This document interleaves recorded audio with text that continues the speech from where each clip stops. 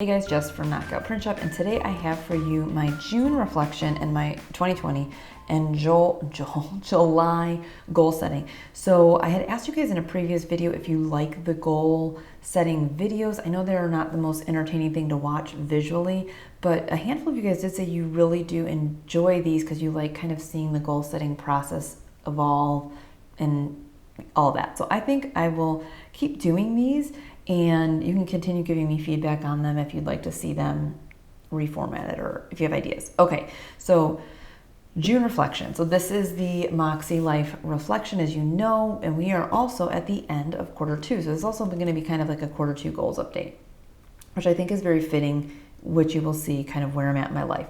Okay, so as you know, we always start off with the biggest wins for the month. I think this is a really good practice at the end of the month and even at the end of each week to just kind of give yourself a sense of where your wins were for the month and the weeks.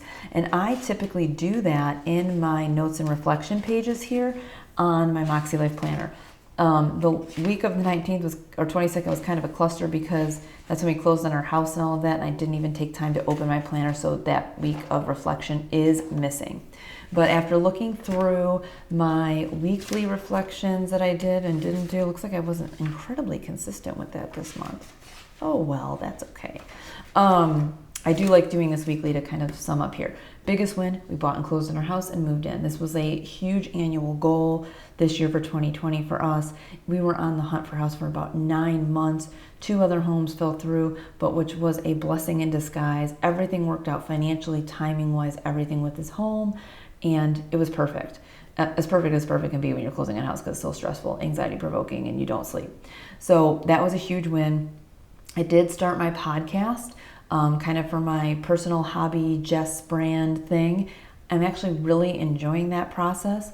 So that's cool. It's the Jess Lewis Show if you have any interest in listening to it. But it's just kind of random things because I'm just like getting into the habit of podcasting and figuring out exactly what I want to talk about. So I'm just talking about random things each week.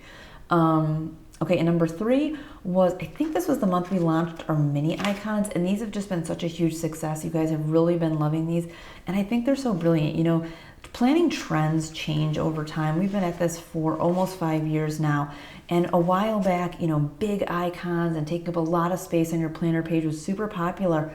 But I think as people's planning styles evolved and new products have come on the market, new planners, people now are trending towards more simplified planning, more functional, less kind of in-your-face stuff. So these mini icons have been such a big hit. So for all of you that suggested these ideas, thank you so much, and I'm so glad you guys are liking that. So that was a win for the shop. Things that I'm working on, AM and PM routine has been pretty good, but now that we've moved, when you move, things get totally out of whack. You're in a new environment. You're just kind of getting your bearings down about your process and your routines and all that. So AM and PM rise time are pretty consistent. Most of the routine is still there, but I am finding I need to make a little bit of a tweak to the AM routine that I'll talk about in a second. I'm working on getting in outdoor time, which has become incredibly easier now that we have a home. We have land and we're spending time in the yard. So being outside has been great, and we're working on that, and it's fun. Workspace and flow, what I'm working on is getting used to my new physical workspace here, having my own office. Oh, you know what? These are things that are currently working, not that I'm working on. That's why this didn't make sense. Outdoor time is working. Workspace, I'm loving having my own office. I wasn't sure how that was going to go, and I actually like that Matt has his office and I have my office, so that's been working great, and I'm starting to get in a good workflow in this space. And setting social media limits with myself again is working really well. I was just finding during like the whole COVID thing and quarantine and all that I was on Instagram way too much. So got Facebook off my phone again. Set time limits on my social. I can't go on until 9 a.m. and I have to be off by 8 p.m. I also set a 1-hour limit, and I started unfollowing a bunch of accounts that I don't even know, just like different stores and things that I follow and different things trend in my life, and just to kind of scale that down and lean it out so that my feed is more intentional to the things I want to see. So that's all working. Things that aren't working, I need to make more time for reading. If you've been following my goals and videos, you know that this has been an ebb and flow kind of habit goal thing. I was in a really good streak with reading in the mornings for a while. That fell down. So I need to get a new library card for a new area. I need to start reading again, learning all of that. Also, Matt and I both need to get better at taking breaks for lunch. We've been actually really busy lately, again, with moving stuff and then just work and me taking on a new remote job. So we have not been so great about making time for lunch and kind of unintentionally intermittent fasting here and there. So we need to work on that. Okay, things I learned this month. Trust your gut in the process. If you've bought a house before or gone through a big purchase or life change, you know sometimes your anxiety can get going and you can just have all the doubt and fear in your mind because there's so much unknown. But this is yet again another example of just trusting my gut in the process and letting things unfold and being okay with that. The other thing I learned that personal space is vital to my productivity. Again, Matt and I have been working in the same space, home office, for years and never had the opportunity to have our own offices. But I realized in just the week that I've been working in my own space here, it's been incredibly, it's done great things for my productivity and focus. So it's very interesting. We never really distracted each other. We could work side by side and not have issues. But it's interesting to see that physical space is actually just helping me focus more. So that's been good. And then starting is the key to building momentum. Dragging my feet for years on starting a podcast and putting all these like fake obstacles in my way. And finally was like, just start it. Doesn't have to be pretty. You don't have to have all the fancy things. Just do it. So, and obviously once you start, then you can tweak, make it better, blah, blah, blah. Same thing with, I've also ordered chickens finally. So we're going to start raising chickens. And I was like in analysis paralysis, like researching for months. And finally I was like, Matt's like, just buy the dang chickens already. So got to start, or you can't get better. You can't just stay frozen and think that you're going to magically have all the information and then you can do it. Sometimes you just got to start. Okay, so then what improvements or adjustments do I need to make? I need to read more, so I need to go get a library card and be intentional about that. Want to intentionally make time for us to do our yard work, see how strategic we need to be about that. Matt and I need to sit down and have a meeting about like that whole homesteading thing. Talk about that in a second. The other thing I need to work on that I want to do is having kind of like morning quiet time. I think that'll help once I get my library card and get books, but I do like to wake up in the morning and do something intentional. So I need to figure that out. I'm going to be in kind of like the exploration phase with that this month.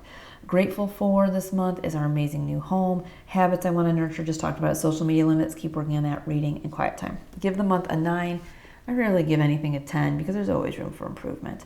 Okay, so then we'll like fast forward to quarter 2. Can you believe it is the end of June? It's the end of quarter 2. We are halfway through this crazy 2020 year. So this is the quarterly compass. Check in on the Makse life. She calls this the life compass. I think that's what it's called, quarterly compass. So you basically go in and you just kind of randomly give yourself a number from 1 to 10, and then you list your previous scores from the previous quarter on the right, see where your totals are and what's changed. So I went up 1 point. Look, there was one area that I went down. I think it went down a point in health and wellness because of my social media limits, because I put that in that category and I wasn't doing so good on that the whole quarter. And then I went down a couple points in spirituality and personal growth because my reading habit has been for crap. And I think that's the only place I went down. Everything else was same or up. So what contributed to the overall increase in my results? I would say a few things. One was moving into our new home. This instantly gave me access to the opportunity to achieve so many more of our goals, and we've already only lived here for a week. A lot of my fun and recreation goals have to do, and my personal and all of that, have to do with having a home. So being able to homestead and compost and garden and raise chickens and all of that all falls under, was waiting for us to buy the house. So instantly that opened up a whole world of opportunity. And actually I'm kind of blending this whole like fun home personal area because it all kind of intertwines with this idea of being self-sufficient and building our homestead and all of that. And then the other thing that went up is work actually went up. I started doing some remote work for somebody that has been really exciting to have this opportunity to do some like contracted marketing, admin, project management stuff, and that's just been such a blast to be able to use my brain in a new way and really feel like I can learn and grow. So that's been huge to up my work and learning area. So 3 words to describe how I felt generally the last 90 days. Anxious, excited, proud. That's literally basically my life in the past 90 days. Super anxious with trying to find a house, all the stress of that, one falling through, getting this one, waiting to closing. Super excited we got the house, and really proud of us for going through that process. So this is like the evolution of this quarter, those 3 feelings or words. My biggest opportunity for growth and what I want to focus on the next 90 days is really making our house a home, beginning our homesteading journey, learning to raise our chickens, getting our land, cleared, mowed, getting into these home projects, organizing that, figuring all that piece out, and understanding and getting a plan in place for investing in our home projects and being strategic about that. Learning about nature, and just like we have all trees and plants, and I don't know anything about this stuff. Focusing on my remote work, and then also social and spirituality. So social in the fact that now we have a home, a forever home. So we really want to be intentional. Both Matt and I have talked about this, about really becoming part of our community, meeting neighbors, meeting people in our community, getting involved in things like that so we can really create a sense of belonging. And then spirituality, this is something that's been mulling in the back of my brain lately, is this idea of spirituality and what that means to me. So this is just kind of exploring that. I don't really know what that looks like. I just wanted to put that down. Okay, so all of this to say, reflecting on June, reflecting on the past quarter, what are we going to do for July? And here's so far what this looks like. Continue with my weekly podcast and my Instagram posting. Fun, again, kind of blends in with physical environment to me, which I consider home. And that's just like, again, get the chickens. We get them on the week of the 20th, learn how to do that, all that stuff. Work and learning is pretty much my knockout print shop stuff. The personal is more like my Jess stuff. So this is, I need to film all my weekly videos. I think we'll have 1 to 2 releases this month. Get the July discount out to you guys. If it hasn't, it'll go out July 1st. So this is probably going to go out after that. And I want to work on updating our email automation so those are accurate and being beneficial. So that's kind of what I'm focused on for Knockout Print Shop. For family and relationships, Wednesday, tomorrow, is Matt and I's 4-year wedding anniversary, so not sure if we're going to go out tomorrow night or just our usual Saturday. And Matt and I really want to get back into our weekly coffee meetings, which is also going to help with the other social goal of getting connected to the community, going to local coffee shops. As much as we don't like to spend money on that, and we love our at-home lattes, I think it's going to be important for us to get out into the community and meet people. So, got to weigh the costs and benefits of different things. And for us, that's definitely worth it to spend a couple dollars on a coffee and be out meeting people just in, our little area. And Matt and I need to sit down and talk very, kind of map out again some of the physical environment home stuff as far as like prioritizing all of our homestead and home projects, figuring out, what money goes towards what things. In this first couple, probably 6 months or so, is going to really be about taking extra money from our budget that's left over and investing it into home projects. Once we get established, we'll be able to push some of the extra money that we get each month back into savings. But right now, the investment's going to go back into the house. So we need to talk about that and map out our projects, and this will kind of evolve. Financial stuff, my usual, taxes, different things like that. Spirituality and personal growth, again, building a new AM routine. I need to add reading onto here, and then exploring spirituality, stuff like that. I'll talk more about that later once I figure it out.